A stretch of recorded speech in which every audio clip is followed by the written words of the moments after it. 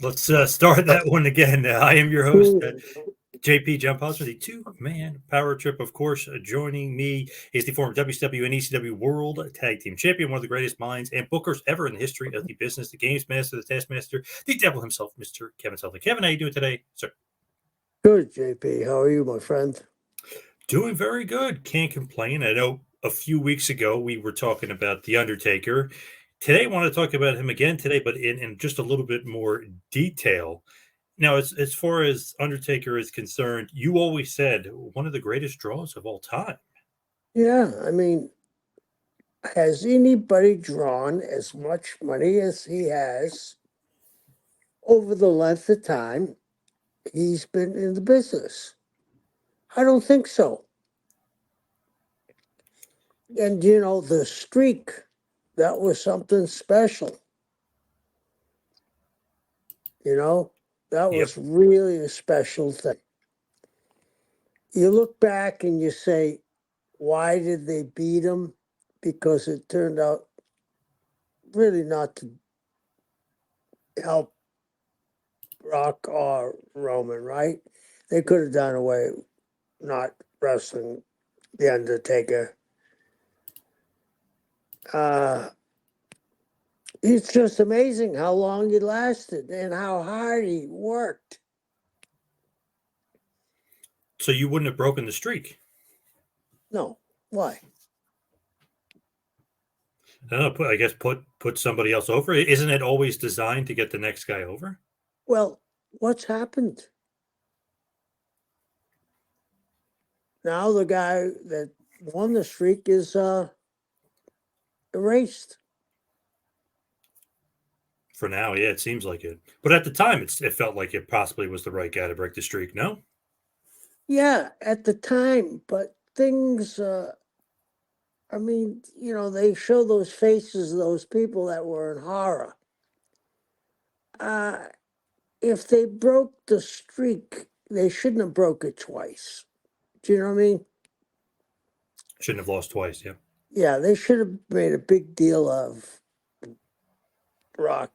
Maybe they did, and I forget that Brock beat the Undertaker. But I just don't know anybody that drew Flair, maybe, but not as much as the Undertaker drew, because he was with all the WrestleManias where Flair wasn't. He just, it's amazing. And his quality of matches were excellent till the end. Quite a run, quite a career. That's for sure. It is interesting with the streak and Lesnar because he obviously had to play a part in who he picked to end the streak, right? Right, Or is right. that all Vince? You would think it was No, Undertaker as well. yeah, So not only just Vince's decision, Undertaker obviously was okay with it as well. yeah. I think that Undertaker said, "Hey, I'll put him over." I think that might have came even from the Undertaker. You know what I mean? That Yep. idea. So who knows? But you don't really think that Lesnar necessarily should have broke it because you don't really think anybody should have broke it, I guess. Well, you got to have a long range plan if you're going to break that streak. It was like, okay, the streak was broken, but they didn't fall through with anything afterwards, did they? Well, Lesnar was like champion for an extended period of time, like a long period of time, a few times after that. Yeah, but I'm talking about the Undertaker. Did they Oh, have with a him, no. Nope. He so? just feuded with Bray Wyatt after that, and then Roman Yeah, Reigns and a bunch of other guys after that. Yep. yeah. So they should have had something prepared. They could have had Brock and Undertaker for a year somewhere. You know what I mean? Around like it would be like Sting and Flair. It was always a match that drew money and drew Yep. ratings. They should have worked something off of that. That's just my opinion. Yeah, it is interesting that they didn't really make a feud out of it per se. Right, right. At that point, anyway. Yeah, they didn't really do that.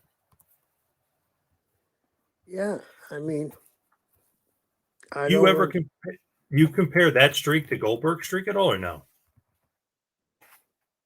Well, you could, but not really, because Goldberg was doing it every week on TV. Hmm. That's why I'm saying I think they should have taken into consideration before they beat The Undertaker, because that was an attraction for WrestleMania. Let's go and see if the streak continues. It is very interesting with that. Like they didn't follow up on it right away, but like a year and a half later, they had like a bit of a, I guess you could say a little bit of a mini feud. Undertaker beat him at SummerSlam 2015, albeit very controversially because he had tapped out and Lesnar pinned him. Or basically, he pins Lesnar, but he really tapped out. So they made Lesnar look strong. Then they had a Hell in a Cell match, but this was a year and a half later. So I know Yeah, Taker might have been hurting and things like that, but they didn't capitalize it until way later on. And it's almost as if it was an afterthought at that point. yeah, that's what I'm getting at. That should have been mapped out. If you're going to drop The Undertaker at WrestleMania, this is a huge thing. I think things going passing well. Oh, he lost. Well, brother, what was he, 21 and 0? Yeah. 21 years you went to see him keep his undefeated streak. Yep. And then you don't really follow through with the guy that beat him and him in a long range program. Yeah. Basically, a year and a half later, they have two matches. I mean, it definitely was a good feud at that point, but basically, SummerSlam 2015, Hell in a Cell a little bit after. Undertaker wins one controversially, and then Lesnar finishes him off in Hell in a Cell. But yeah, they didn't really do a big feud, especially like you said, after this guy just beat the streak, the biggest thing of all time. I mean, you saw those fans' reactions; they were absolutely, I mean, they were stunned until basically the main event. They still show it. That one guy with his eyes popping out with the glasses on. I mean, Yeah, they yep. still show it. So I don't understand. How were they drawing back then? How were the ratings? Yeah, they were okay. They were kind of in a tailspin for a long time, almost for 20 straight years until recently with Roman Reigns' title run was the ratings on a downward trend. Right, right. So 2015, they were okay. I mean, they were kind of when Lesnar would show up, usually would pop something or Undertaker would pop something, but they were part timers. They were hardly ever on. It's just, to me, if Undertaker was a part timer, you would do more to protect that. I may be wrong. Yep. So I think, interesting with the streak because 21 and 0, right? I mean, he was literally for 21 years. I know there's some injuries in between because he probably could even been more so if he wrestled WrestleMania 16, WrestleMania 10 wasn't injured, probably be 23 and 0. But still, I mean, that is a long time for that undefeated streak to last. It almost happened like by accident. Right. I mean, I don't think they were ever destined to say, hey, this guy's going to be undefeated at WrestleMania for a long time. Do you?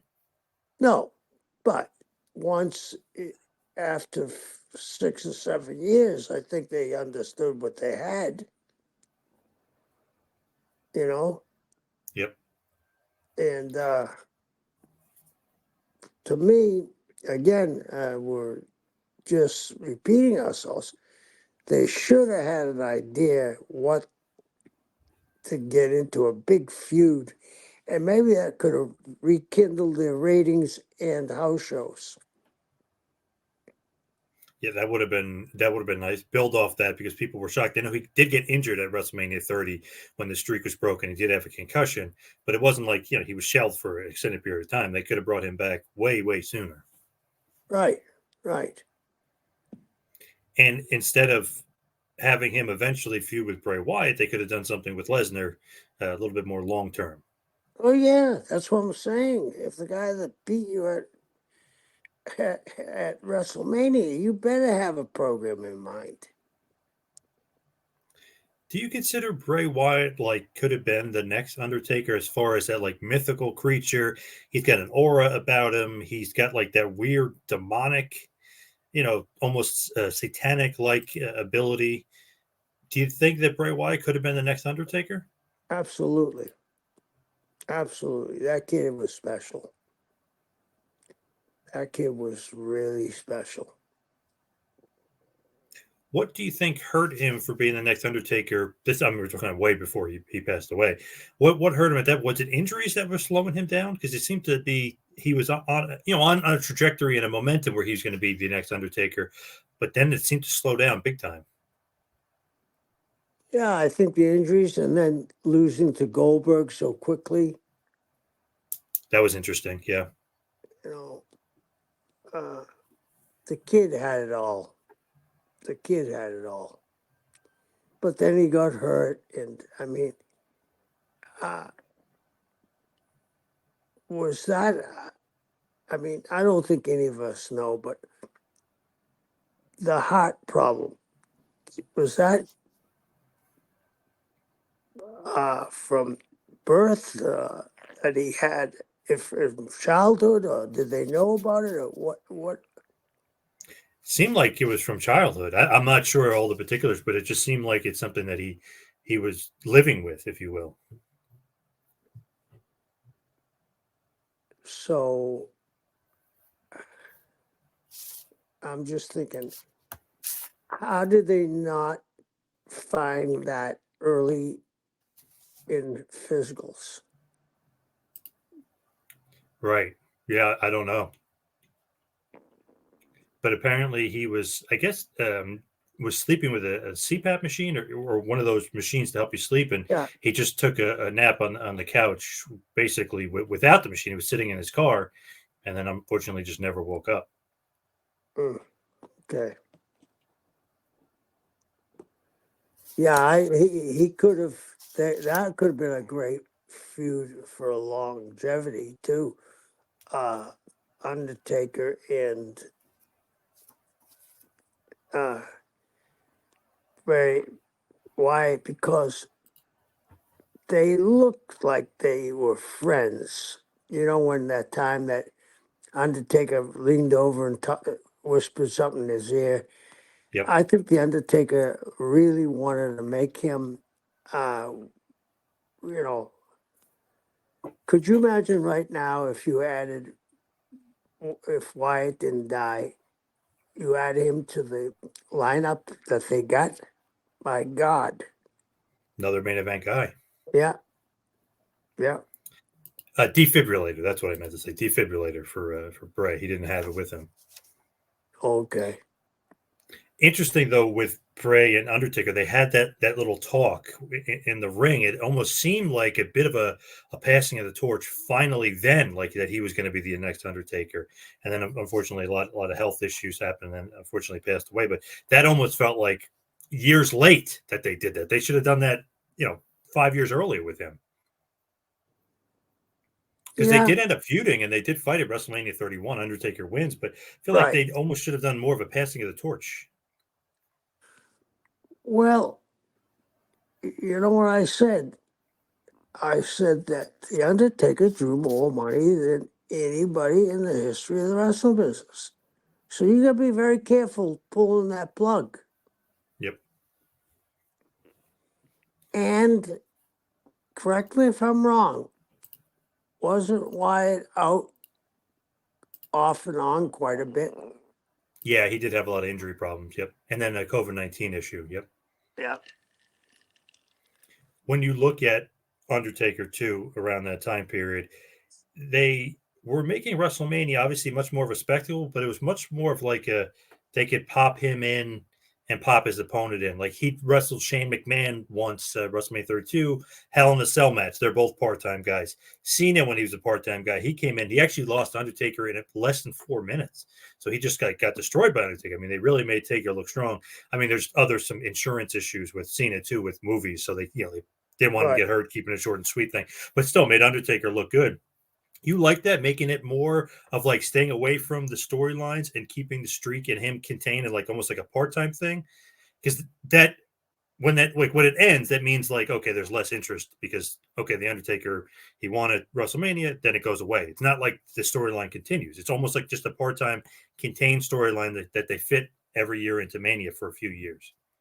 I don't get this problem about part timers, Hey, you dealt with that a lot at WCW, no? but I don't get the problem with it.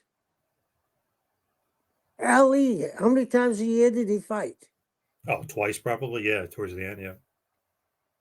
You know, there's a thin line about too overexposed and not enough exposure. Now we're into it. Everybody has to be relevant. I mean, think about, you know, back in the day, uh, we'll go for entertainment. Elvis Presley never went to Europe, never went out of the country, right? Now it's like once you see somebody, you see them on everything, right?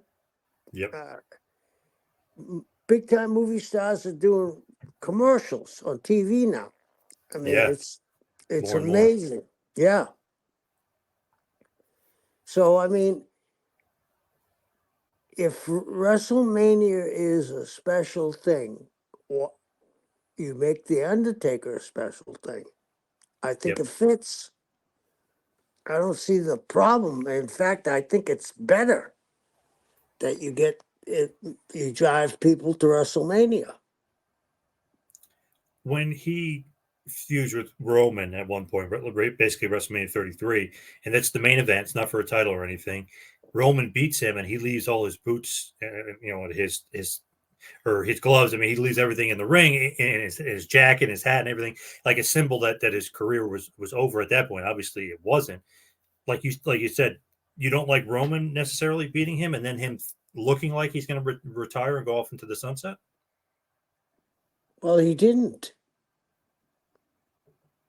Because after watching The Last Ride, which is an awesome documentary on Peacock, basically a 5-part series, Undertaker documentary, it's unbelievably well done.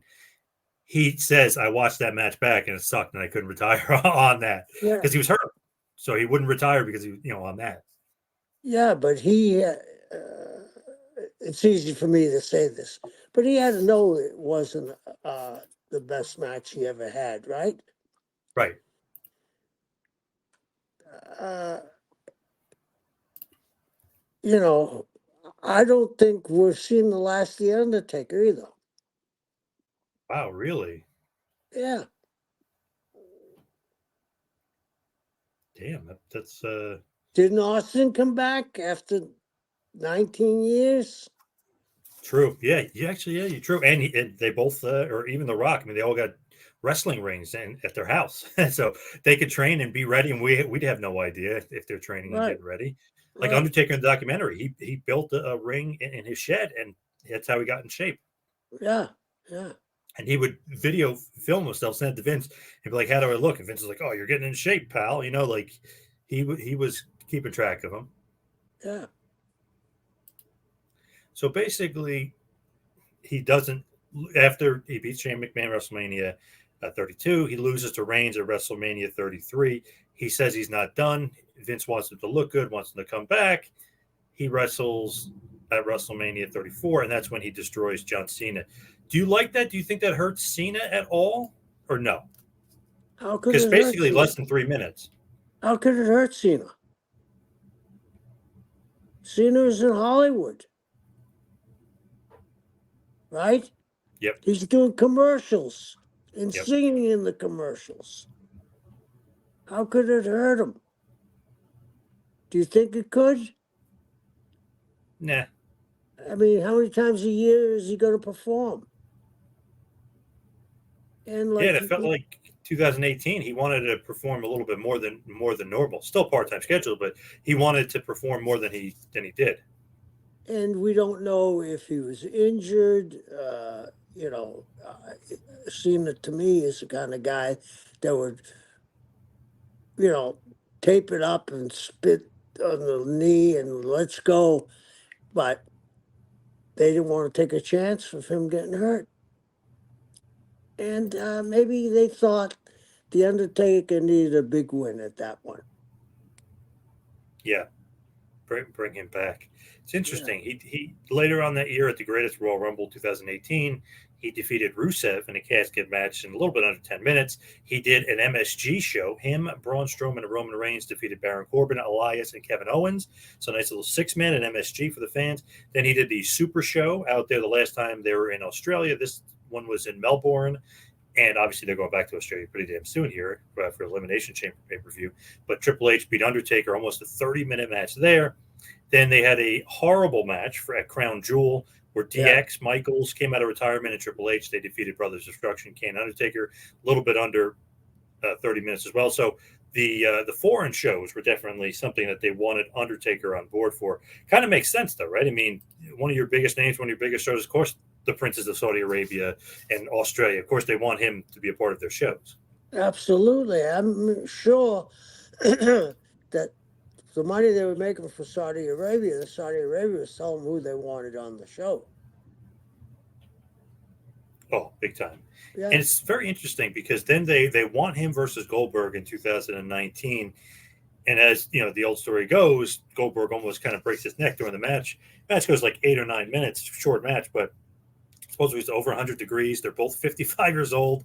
Goldberg got knocked out early. It was like, I don't know, a recipe for disaster. I would actually even made the match even shorter, but man, I don't know, just a recipe for disaster. Didn't quite work out that well. Undertaker was visibly upset because he obviously almost hurt his neck pretty bad during that match. But it just seemed destined for failure, putting those older guys against each other, 100 degrees. And, it's just, I don't know, for some reason to me, I just didn't think it was going to end up well. Looks good on the poster and on paper, but in 2019, Undertaker and Goldberg way out of their primes. Yeah, but I don't think it was that, JP. I think it was that Goldberg gave himself a concussion before he went out, banging his head on the lockers.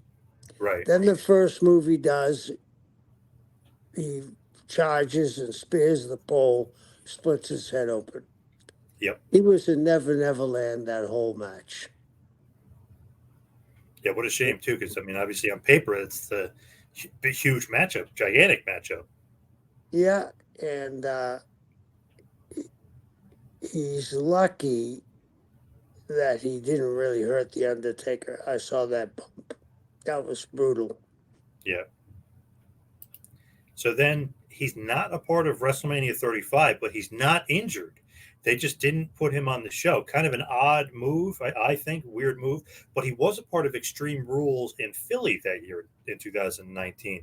So he had 2 matches, the Super Show against Goldberg, and then he had the Extreme Rules, but no WrestleMania. Him and Roman Reigns defeated McIntyre and Shane McMahon 17 minutes. So weird, right? Now he's not a part of Mania, but he was healthy enough to wrestle. That was Vince's call. Didn't want to make him a part of Mania anymore. Yeah, that's a little strange to me. Some people could call him Mr. WrestleMania, and he wasn't a part of Mania. So you figure he was hurt, and then nope, a month later he's wrestling, not hurt. Interesting, weird. Yeah, yeah. I don't know why that would be. So he goes to Saudi Arabia again. It's not much of a match, but he wins this trophy, this Takei trophy gauntlet weird thing. He didn't really wrestle much in the match. Basically, he pins under AJ Styles. He comes in as like the last participant, and he wins it. But in 2020, this is all leading up to WrestleMania 36. Obviously, COVID hits. They have to do cinematic match. Undertaker defeated AJ Styles about 18 minutes. And this was, of course, filmed in Florida at like an undisclosed location. They did a boneyard match. Basically, it looked awesome. This was like what the other cinematic matches and other companies kind of aspired to be. And I know they've done cinematic matches before and they've done them after, but this might have been one of the best ones, AJ and Undertaker. I mean, it was literally like an old gunfighter like John Wayne or Clint Eastwood coming out of nowhere, dealing with this young punk and riding off into the sunset. Instead of on a horse, it was on a motorcycle. Very cool stuff. Right. You better be careful. Yeah, don't mess with this guy, this old gunslinger. No, I mean what they're doing. What do you mean? Well, they'll have actors. They don't need wrestlers. Oh, that stuff. Okay. I mean, once they start, and I understand this, they're on a slippery slope. That union they got, the SAG, they're going to have some problems because that artificial intelligence Yep. and the thing with the recognizable faces, they're trying to get a movie star over that's in the uh, a robot or whatever, AI. Then you're going to get rid of jobs.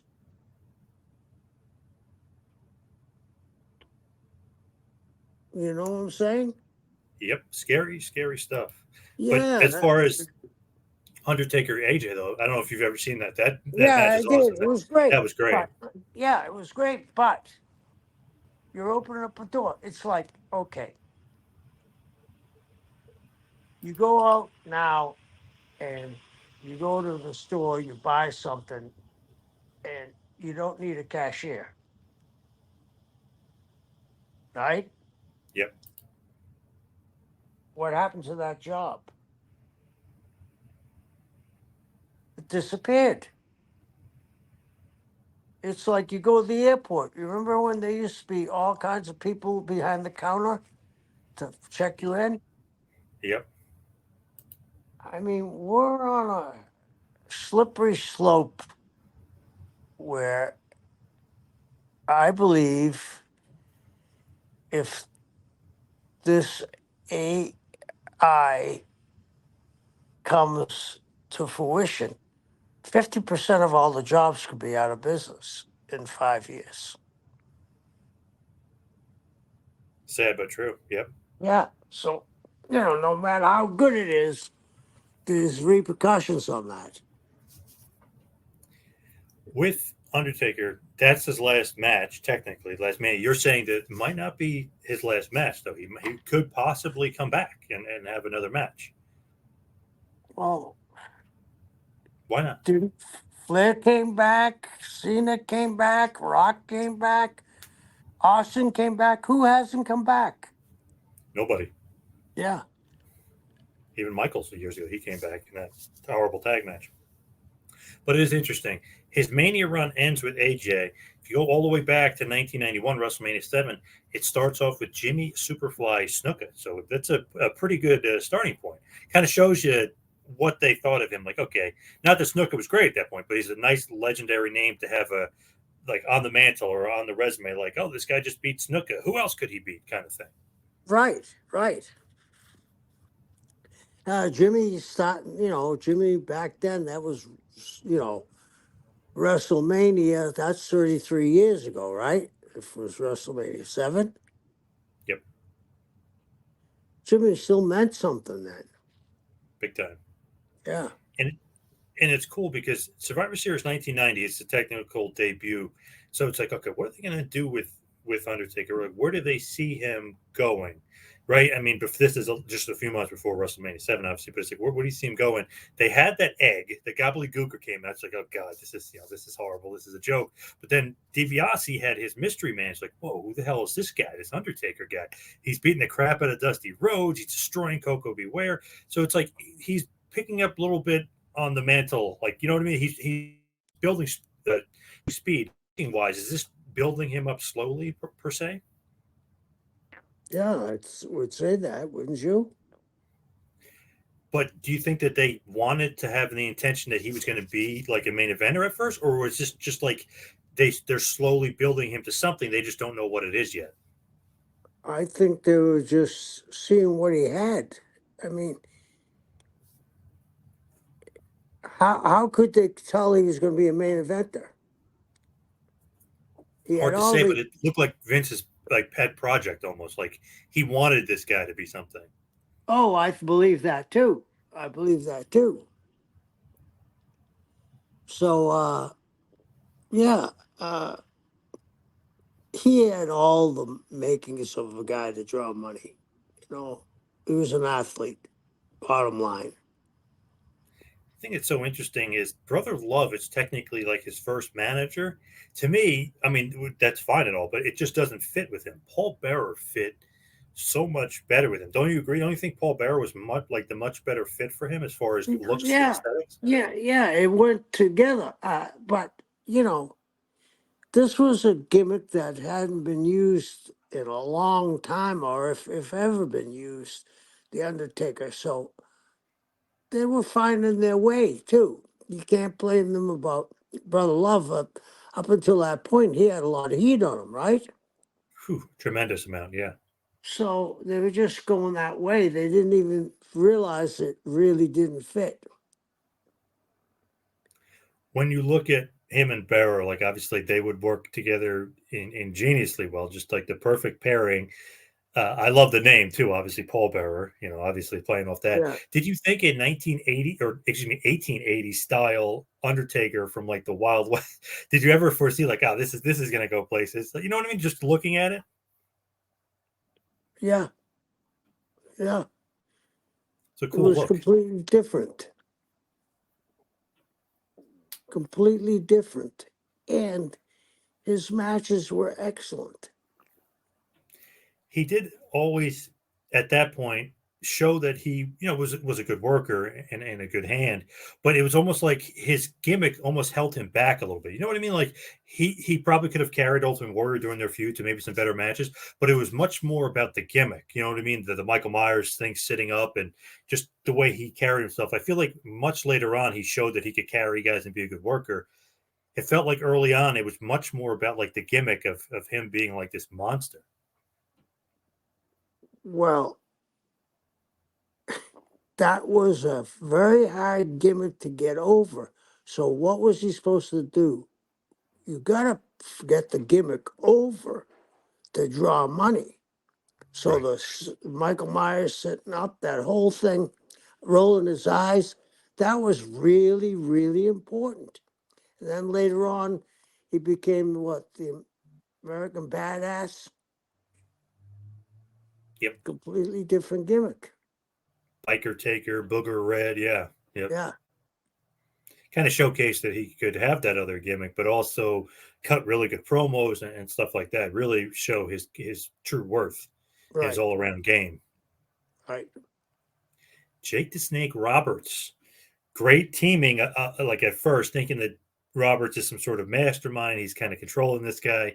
Then Undertaker obviously doesn't let Roberts attack Macho Man, and basically kind of turns babyface. Well, doesn't kind of. He turns babyface on Jake, and Jake and him feud, and that's his next match at WrestleMania 8. So then he beats Jake the Snake, and he really is starting to compile some wins here because that's another obviously huge name for WWF. And Jake at that point was one of the biggest heels, doing the Trust Me gimmick, having the snake bite Macho Man, slapping Elizabeth. I mean, having Undertaker beat him cemented him as a pretty big babyface in the company. Right, right. It was Jake is fabulous. I mean, that was a great win for the Undertaker. Do you like him as a babyface more, or do you think that character is more geared for a heel? When you're over as much as he is, it's hard to be a heel. I always felt like, man, it's interesting. How could this guy get over as a babyface? But he did. I mean, he really had like a cult like following with his fans. I mean, they were really he super over to a large degree, pretty quickly. The stronger you are as a heel, the people turn you babyface. He would feud with Kamala, Giant Gonzalez, Yokozuna, King Kong Bundy, like a lot of monsters. Do you think that he was better feuding with monsters? A la like the Hogan '80s style thing where you're fighting monsters, or do you think he's better off otherwise in like other feuds and other matches? Well, it just goes to show you how adept he is at adapting. He could work with anybody. I like him with guys that can move a little bit better, but they all play a role to where he got over. He could work with anybody and have a good match. really showcased that when he started feuding with Bret Hart in the mid '90s. Like, wow, this guy is actually a really good wrestler. You know what I mean? Like, it just really kind of like popped. Like, man, I thought this guy was just a monster. He's 6'10", but man, he could move and wrestle like anybody. And then when he wrestled Diesel WrestleMania 12, he showed again, like, hell, you want me to carry somebody? Not that Diesel needs carrying per se. It's just that you don't know if when two big men wrestle, like how the chemistry is going to be. And he did a hell of a job there. So he really showed what kind of worker he was to me anyway, with feuding with Bret and feuding with Diesel in the mid '90s. Yeah, yeah. I mean, that's what we started talking about, how great a performer he is. It shouldn't shock people. He was an athlete. He was a true athlete. Walking those ropes, I mean, diving over the ropes, he was great. He does end up feuding with Mankind, Cactus Jack, of course.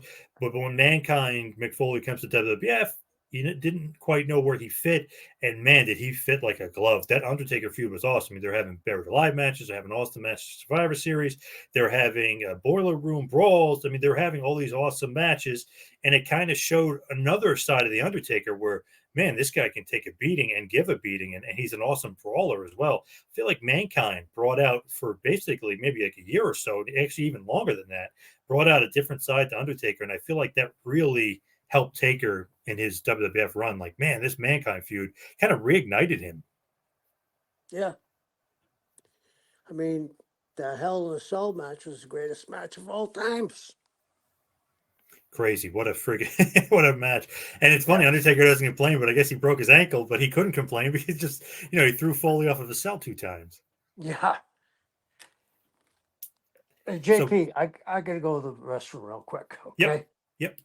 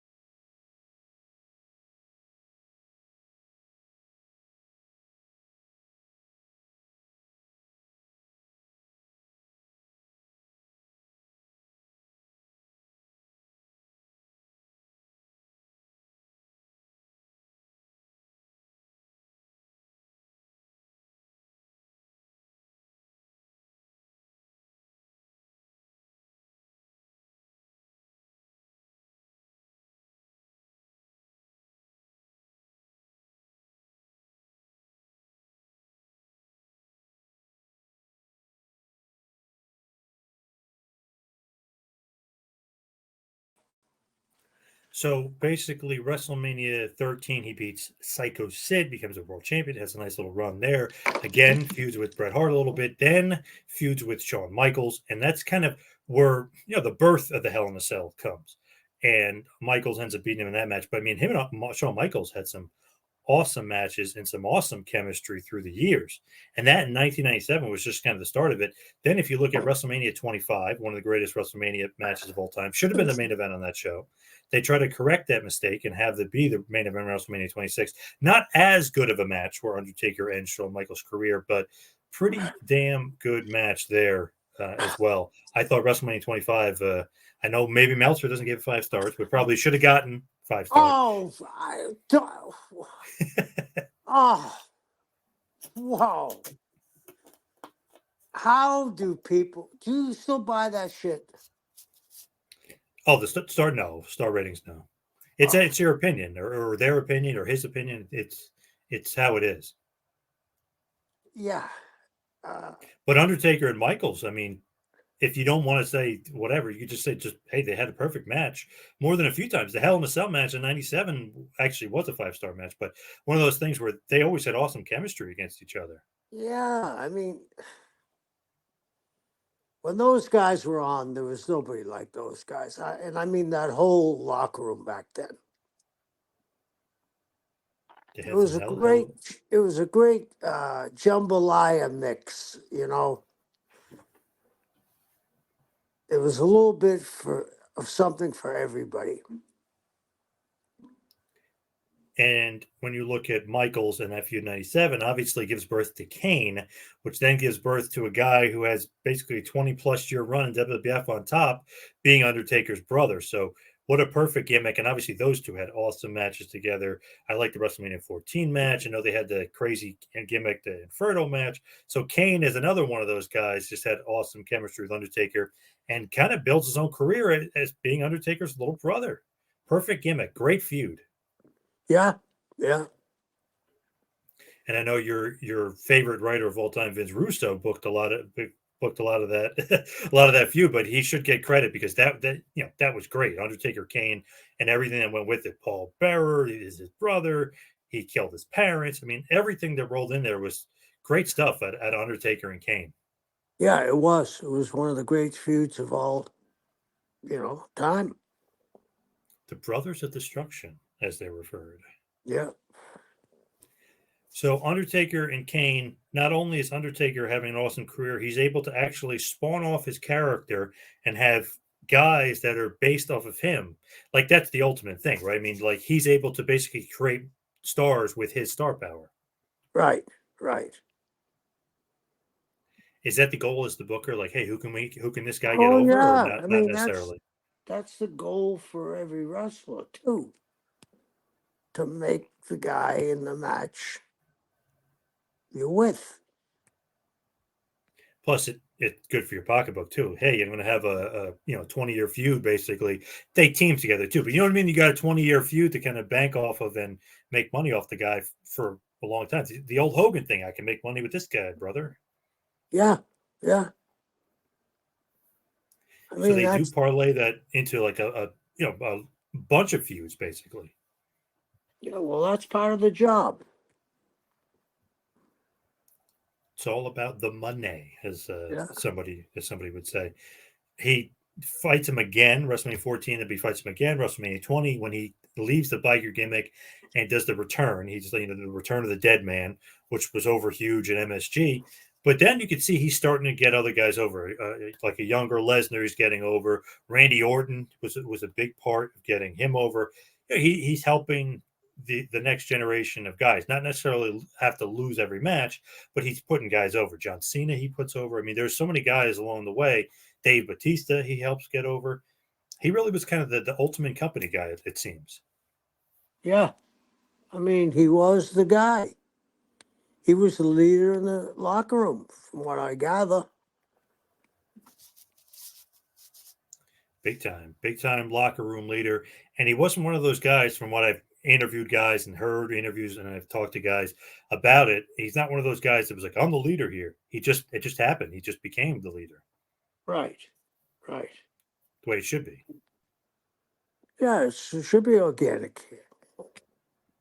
And nobody worked as hard as him, I don't think. What an interesting career for him. Like he debuts. He's a part of the Hogan era. Then he's a part of the new generation era, which was struggling and not doing that good. Obviously, you come around with that little group called the NWO, revitalizes the business. Then he's a part of the Attitude Era, which helps WWF immensely. Then he's part of the Ruthless Aggression Era. Then he's a part of the PG Era. Then he's a part of the Realism Era, whatever you want to call it after that. So he's literally, I mean, he's a part of almost every major era in the WWF for the last 30 plus years. Absolutely. Absolutely. Says a lot about him. Yep. Yep. He's been the cornerstone. Because longevity in wrestling can be a little tricky because you see some guys that stay around a long time, but they kind of maybe meddling in the mid card or they slowly go down the card. He's one of Right. the rare guys who had the longevity where can't say he was never either a part of the main event or a main eventer. That's what I said when we started this conversation. I said he's drawn more money over the longest period of time than anybody in the history of the business. What a run. What a Yeah. run. What a run for Undertaker. It would be interesting to see, like you said, if he were to return, Who would you have him face? Right now, Yep. Roman Reigns. Well, again, Yeah. WrestleMania is Roman going over? Well, if it's one and done, yeah, Roman got to go over. When you I, look in, at, in 2 years from now, Roman will be in Hollywood. I think though, when you look at like WrestleMania and TKO, it always seems like they're trying to. Well, I mean, they do it anyway. This is WWE. Like they bring Austin back. I mean, you always kind of raise the stakes and get WrestleMania to be bigger and better than ever. Kind of right. I mean, what Mr. WrestleMania? I know Michael's kind of took that nickname, but to me, it could be Undertaker. If you want a guy associated with Mania, might be a good idea to have him return in some way, shape, or form, and maybe even wrestle if he could. Absolutely. Why not? So let's head towards the plugs and wrap this one up. I know this was Undertaker, basically part two, because we have so much. I mean, we probably do a part 3, 4, and 5, and go into all the feuds and stuff with Undertaker. Yeah. There's so much there with him and his career. It's just unbelievable. What a run! But Yeah. you can follow me on Twitter and Instagram at 2Man Power Trip. Kevin, what do you got going on in this crazy world? Well, I just came back from Rhode Island. Had a good time with the guys that brought me in, and the book Old School Ring Squid is starting to take off. And I told you, it's like a combination of Goodfellas meets wrestling. You can get it on Amazon.com, and it is starting to take off. So that's good. Awesome, everybody. Check out Old School by L.A. Taylor, of course. Kevin, thank you so much. Thank you, everybody out there, for listening. We'll see you right back here next time. Have a good one, folks.